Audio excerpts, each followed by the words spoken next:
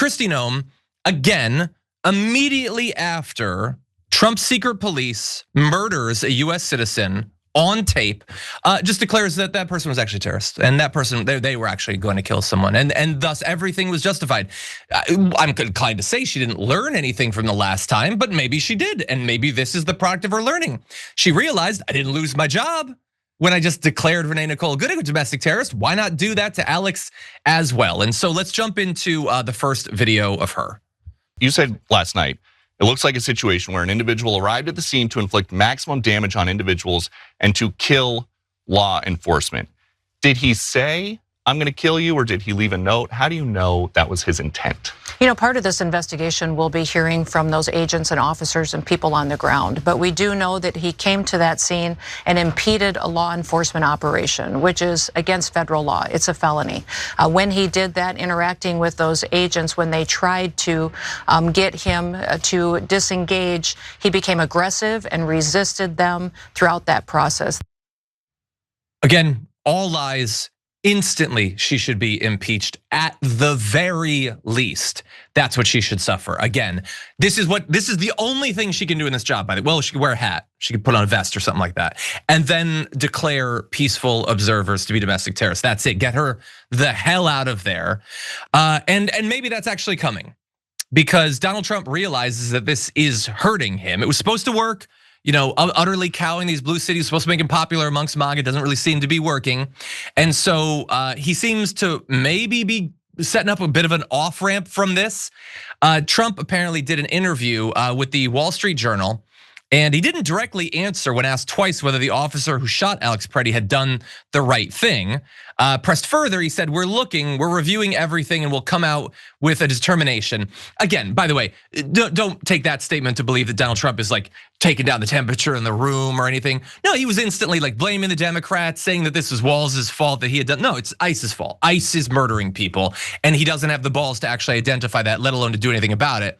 He says, I don't like any shooting, I don't like it, but I don't like it when somebody goes into a protest and he's got a very powerful, fully loaded gun with 2 magazines loaded up with bullets also. That doesn't play good either. Now, bear in mind, for you Second Amendment types on the right, Donald Trump has routinely in the past said that he believes that guns should just be taken away and stuff like that. He does not actually have your back on that topic, so this perhaps should not be that surprising. Alex Pretti had a handgun. That's what he had. It wasn't a very powerful handgun, it was a handgun. It's a semi-automatic handgun. That's just like, it's not a bolt action handgun, and it's not a fully automatic handgun. It's a semi-automatic handgun, which is what the vast majority are. That's just basic stuff that every right winger probably knows, except for Donald Trump, because again, he does not share your obsession with guns. He doesn't know anything about them. He doesn't give a damn about them. But anyway, he says at some point we will leave. They've done a phenomenal job. Yeah, they went in there. And then they murdered a couple people. Great job, wonderful. He seems to be really learning a lesson. But he goes on to say more recently, this is not that far before we went live today, I am sending Tom Homan to Minnesota tonight. He has not been involved in that area, but knows and likes many of the people there. Tom is tough but fair and will report directly to me. Separately, blah, blah, blah. He makes up stuff about fraud or whatever. So Tom Homan's gonna go in there. He's gonna get to the bottom of whatever bag of cash he can find, and that's supposed to change things. Tom Homan being in charge is supposed to placate the American people, supposed to placate the people of Minneapolis. I don't see it working that way. And I can just briefly say, and I want your thoughts on this too, JR. Trump just announced that he had a call with Tim Walz, and it was a very good call, and they were on a similar wavelength. Of course, Walz has called in the National Guard after what happened. I've been very critical of Tim Walz. I don't think he's done enough. He said good things. I don't think he's done enough. We'll see. At least he did call in the National Guard. Jared, what do you make of all that? This is just now. That's the latest, right? That was not that long ago. Tim Walz, yeah, it's as of this morning. Typical. I mean, this is the thing. Everything else that he's tried to backpedal on, but also still keeps the bones of, and honestly, the action behind it when it comes to even the tariffs. He's folded on tariffs multiple times, as we all know. That's where he got the taco name from, and he's apparently claiming that he's folding on this by taking folks out. Now, next is accountability. And maybe that's why he thought he had such a great call with Tim Walz. As you pointed out, you said you've had some disparaging things to say about Governor Walz. And maybe one of those things is how he continues to kowtow to Donald Trump and beg him for some kind of a meet me, at the 25% towards MAGA spot, and we can do something different about this. The sheer weakness that drips off of him is insane. But that's the great call that he had with Tim Walz. I don't know, man.